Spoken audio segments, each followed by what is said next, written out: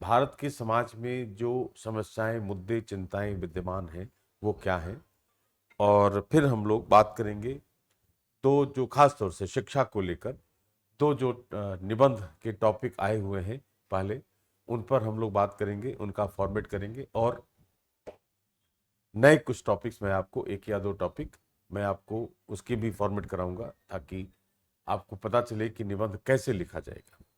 Right. तो सबसे पहले अगर बात करें कि भारत के समाज की जो समस्याएं हैं,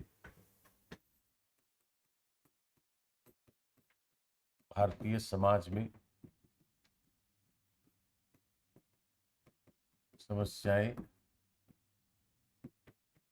मुद्दे और चिंताएं, जैसे पहला मान के चले सामाजिक। सामाजिक में सबसे पहली जो समस्या दिखती है हमें वह है विभेदीकरण।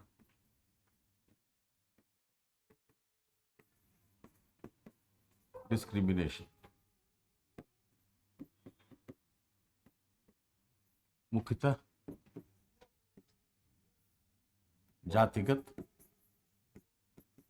धार्मिक, लैंगिक,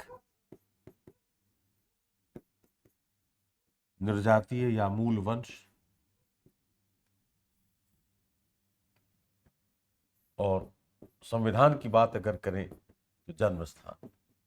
लेकिन मुख्य रूप से जाति है, धर्म है और लिंग है। ये तीन ऐसे आधार हैं जिस पर सबसे अधिक विभेदीकरण हमें दिखाई देता है। और इसमें से भी अगर हम लिंग की बात करेंगे तो उसका विभेद इतना अधिक है कि उसको हम अलग से भी एक पॉइंट बनाते हैं कि लैंगिक विभेद भारत के समाज का एक बहुत बड़ा गुण है, या उसकी समस्या बनी हुई बहुत गंभीर चुनौती है वह gender inequality in almost all sectors, जिसने भारत के समाज के विकास में बहुत बड़ा व्यवधान उत्पन्न कर रखा है। कारण क्या है कि वेमेन पॉपुलेशन इज रफली around 50% of the total population. इसका मतलब है कि कोई भी कार्यक्रम अगर भारत सरकार का चलेगा या किसी राज्य का चलेगा, उस कार्यक्रम की सफलता अगर 100% भी सुनिश्चित कर ले, लेकिन उसमें अगर लैंगिक समानता नहीं हो तो वह कार्यक्रम 50% ही सफल होगा। तो अगर अगर ऐसे कहा जाए कि 100% हमने सफलता का दावा किया लेकिन 50% जनसंख्या इससे बाहर है, तो इसकी सफलता 50% ही होगी। अगर ये 100% नहीं है, अगर मान लिया 80% सफल हुआ, तो यह सफलता दर वास्तविक अर्थों में और कम हो जाती है। इसलिए ऐसा यह हमें दिखता है कि कार्यक्रम बहुत अच्छा होने के बावजूद उसका जो ग्राउंड जीरो पर रिजल्ट होना चाहिए वह रिजल्ट हमें दिखाई नहीं देता। And that is one of the factors कि जेंडर इनइक्वालिटी बहुत व्यापक स्तर पर विद्यमान रही है या है। इसके अलावा जो तीसरी जो समस्या भारत के समाज की है सामाजिक रूप से, वह संप्रदायवाद है, कम्युनलिज्म। संप्रदाय के प्रति जनजातीय समुदाय बहुत है। पिछली बार भी हमने चर्चा की थी कि 2011 की जनगणना यह कह रही है कि भारत में 2000 से ज्यादा निर्जातीय समुदाय निवास करते हैं। तो ऐसी स्थिति में सांप्रदायिकता की भावना का विकास हो जाना बहुत स्वाभाविक लगता है, और यह सांप्रदायिकता भारत के समाज के या भारत की अखंडता के विरुद्ध होने लगती है या उसके विरुद्ध है। इसके अलावा जो चौथा जो इसका कारक है वह है जनसंख्या का दबाव। जनसंख्या दबाव है, पॉपुलेशन प्रेशर। पॉपुलेशन प्रेशर इसलिए है कि population is inactive human resource. हम यह जानते हैं कि जनसंख्या निष्क्रिय मानव संसाधन है।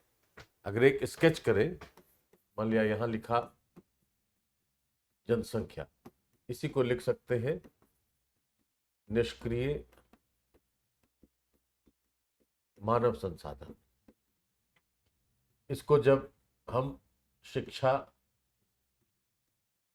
और स्वास्थ्य दे दें तो यह बन जाएगा मानव संसाधन जो सक्रिय है। इस मानव संसाधन में कौशल का विकास कर दे तो बन जाती है मानव पूंजी, और इससे उत्पादन में वृद्धि होगी। जनसंख्या निष्क्रिय मानव संसाधन है, इसलिए यदि शिक्षा और स्वास्थ्य का स्तर खराब है तो जनसंख्या दबाव बनाकर रखेगी। अगर शिक्षा और स्वास्थ्य बेहतर स्थिति में है तो जनसंख्या रूपांतरित हो जाती है सक्रिय मानव संसाधन में, और वह हमारे देश के लिए वो हानिकारक नहीं होती या दबाव बनाने वाली नहीं होती। लेकिन भारत में हालांकि ऐसा कहा जाए कि लगभग 66% जो आबादी है वह युवा जनसंख्या की है, जिसकी जो मीन ईयर है, ईयर ऑफ एज है, वह 28.5 ईयर्स है। औसत जो आयु है भारत की 66% जनसंख्या की, वह लगभग 28.5 वर्ष, 28.5 वर्ष है। इस आधार पर भारत की जनसंख्या भारत के लिए एसेट होनी चाहिए थी, लेकिन चूंकि शिक्षा और स्वास्थ्य का स्तर हमारा अपेक्षाकृत कमजोर है, इसलिए वह सक्रिय मानव संसाधन में परिवर्तित नहीं हो पा रही है। इस कारण हम यह कह सकते हैं कि जनसंख्या का दबाव बना हुआ है, और उस दबाव की वजह से भारत के लिए एक गंभीर चुनौती बनकर उभर गया है। तो ऐसी स्थिति में एक तरफ विभेदीकरण, दूसरी तरफ लैंगिक विभेद, तीसरी तरफ संप्रदायवाद, चौथा जनसंख्या दबाव, इस तरह के कई कारक हैं जो सामाजिक स्तर पर नुकसानदेह हो रहे हैं भारत के लिए। इसके अलावा पीढ़ी अंतराल एक और कॉन्सेप्ट है, जनरेशन गैप।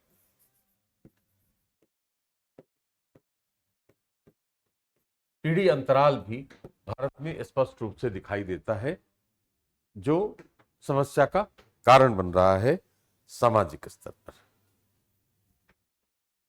एक एस्पेक्ट तो यह हो गया कि भारतीय समाज की जो समस्याएं या चिंताएं हैं, मुद्दे हैं, उसमें सामाजिक मुद्दे ऐसे ऐसे हैं जिनको हमें हैंडल करने की जरूरत है।